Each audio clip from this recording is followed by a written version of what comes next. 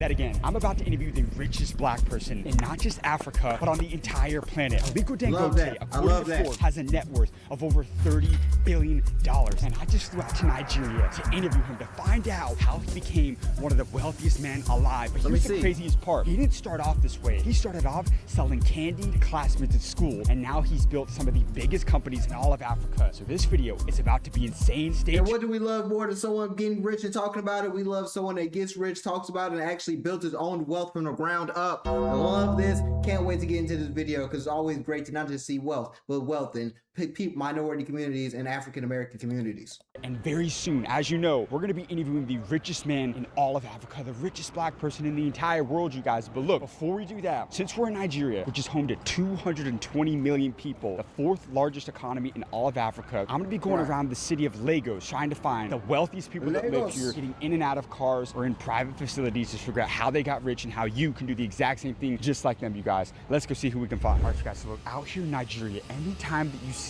a car with security detail, it means that there's somebody really influential getting it out of that car. I'm talking about billionaires, the richest people out here in Africa, you guys. We have literally a full army of people that are getting out right here, you guys. Come on. Back up, back up, back up, back up. Jeez. He is very bold for doing this to Africa. Excuse me, ma'am. Ma'am. Question for you. Yeah, very bold. I have a channel with 24 million followers. I'm going all over Nigeria asking billionaires how they got rich. How did you get rich? I'm in private equity. You're in private equity. How long have you been in the business? For about 12 years now. And what was the most amount of money you made a single year? We manage about $80 million. You say 80 million? Yeah. Can I interview you for 1 minute real quick? Sure. Is that okay? How did you get into private equity? So I got my first job in investment banking at 18 years old at Lehman Brothers, then JP Morgan and M&A at 20. I got my first job in private equity at 21. And then at 29 years old, whilst I was 5 months pregnant, decided to launch my own fund. And today we have the largest venture capital fund in Africa that's run by a solo female GP. Congrats.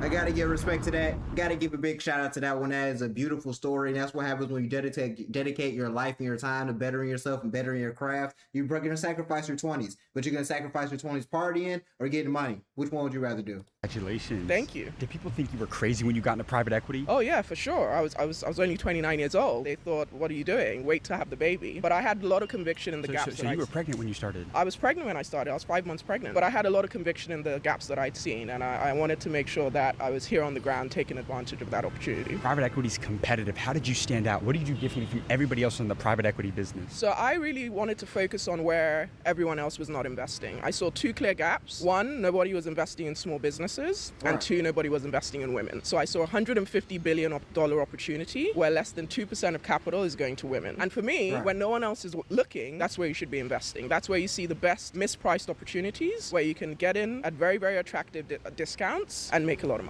That's 100% true, because everyone wants to focus on the big niche or niche that's going to make them the most money because it's the most popular. But if you look at these smaller niches, yes, it's going to be a little more competitive because there's less people involved, but it's also going to prepare you for getting a lot of money and make you the best person, the best version of yourself, because not only are you going to a marginalized position and offering them something that they don't have or offering something better than what they already have, but it's preparing you for you to branch out into larger markets where there's a lot of competition, but there is no competition like the competition of starting off something small as you previously did.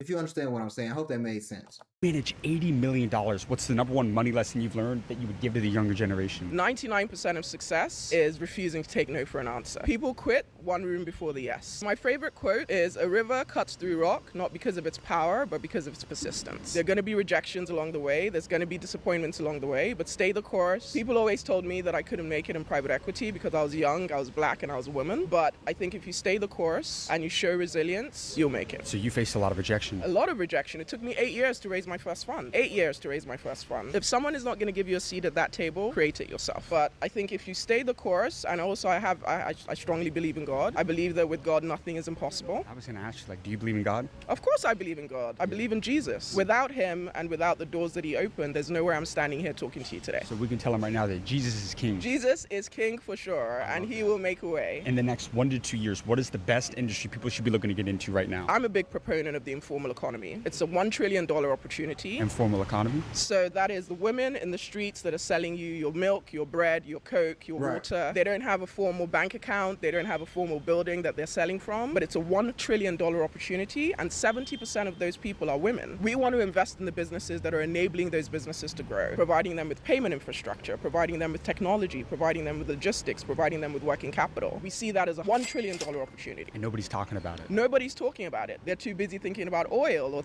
they're too busy thinking about the obvious opportunities. But I think if you find businesses that are enabling the informal economy, you'll be a billionaire. You're how old today? I'm 36. You're 36. I am. Over these 36 years of your life, all the wisdom, the capital, the businesses that you've grown, me and you died tomorrow, and you could leave one last message with the younger generation, what would that be? Don't let anyone tell you that you can't be who you are. My message is trust God, believe in God. With Him, nothing is impossible. And if you're not investing in Africa, you should be. Can I tell you something? Tell me. You have amazing advice. Thank you. Thank you so much for your time. I really Thank appreciate you. that. And I connect with all the millionaires and billionaires I interview. Could I get your contact? For sure. Guys, we just interviewed. I love how he treats everyone the same. I love how he asks real questions that matter. I also love how she was so open and honest about her journey. And she's only 36 and a billionaire, by the way. That just goes to show it can happen at any time. All it takes is a few years of hard work. Really, 6 months of locking in and actually trying to make a difference in your life can change your life. A private equity mogul out here. She manages nearly 100. I'm going all over Nigeria interviewing the richest people. Could we get 1 minute with you for our channel? It'll be worth it, I promise you. Sure. Is that okay? Sure. Awesome. Did you come from a lot of money growing up? No, but come from a reasonably middle-class family. So what was your turning point to financial freedom? Learning and seeing what my mother's done in business and trying to emulate that and be much bigger. And Nigeria is a very huge countering force, right? You have a lot of very successful people historically. So you learn, focus, dedicate your mind, and try and make a difference. Now, Nigeria has one of the largest populations of youth in the entire world. If you were a young person starting over in today's world, in the next 1 to 2 years, what is the best industry people should be looking to get into right now? Culture and entertainment. Why? Because it sends a language. It speaks the language that people, the younger generation, understands, and it speaks the truth about what people are feeling and how they're feeling. How do you monetize This is that? 100% true because you stay up to the times, stay up with the times and culture, and you're always relevant on the newest thing, or you're always relevant on just talking about how people feel right now. You will have a place in society, and that's how you get influence. It's really entertainment is a form of that because how else are you going to get people to care about what you're saying? The only way to get people to care about what you're saying is to entertain them, and that's through music, TV shows, skits, Instagram lives, YouTube content, whatever it might be. But you always want to focus on what's going on now because popular topics and current topics are going to keep you alive. Oh, simple. It's already happening. Nollywood, Afro pop, Afro music. It's just taking Africa to the world. Do you have any companies that failed? Oh, like everything in life, right? But you get up and try over again. Do you think everybody's built for entrepreneurship? Not really, but the key is once you can drive yourself with the zeal, determination, you can always make a difference to be a good entrepreneur. What was your superpower in business? When you think about yourself, what's your name? Kola Kareem. When you think about yourself as the entrepreneur, what was the one thing that you were the best in the world at? Ability to smell, see, feel, and touch a deal. So you're a good negotiator. I do try my bit. What's the biggest deal you've ever closed? It's an oil and gas transaction. Was it actually? Yes. What was the valuation of it? It's over $1 billion. Over Jesus $1 billion? Christ. Are you serious? Yeah. What's your secret to negotiation? Listen, agree or disagree, close. Those three things. That's it. How do you close the deal though? Look at the person, your counterparty, understand what you want out of the deal, and put your benchmark of where you're going to start. And once you understand that, the possibility of closing a deal is very high. That's very true because a lot of people actually end up talking themselves out of a deal. It's not more so if they got turned down, they talk themselves out of it because their ambitions were too high or they had their benchmark for what they wanted and they try to go too above that, or or some people just try to agree to a deal because they're uncomfortable in the situation. They want to make sure, you always got to make sure, remember your leverage and remember who you are and go into the deal understanding that I need this, but I will walk away with this. Because let's say, for example, I need $50 a month, just throwing it out there. I need $50 a month. But my first time ever doing something, my first business, my client saying, okay, I'll give you 40. I'll take 40. This, for certain circumstances, it could be the same in a higher investment, higher stakes environment, or higher profit investment.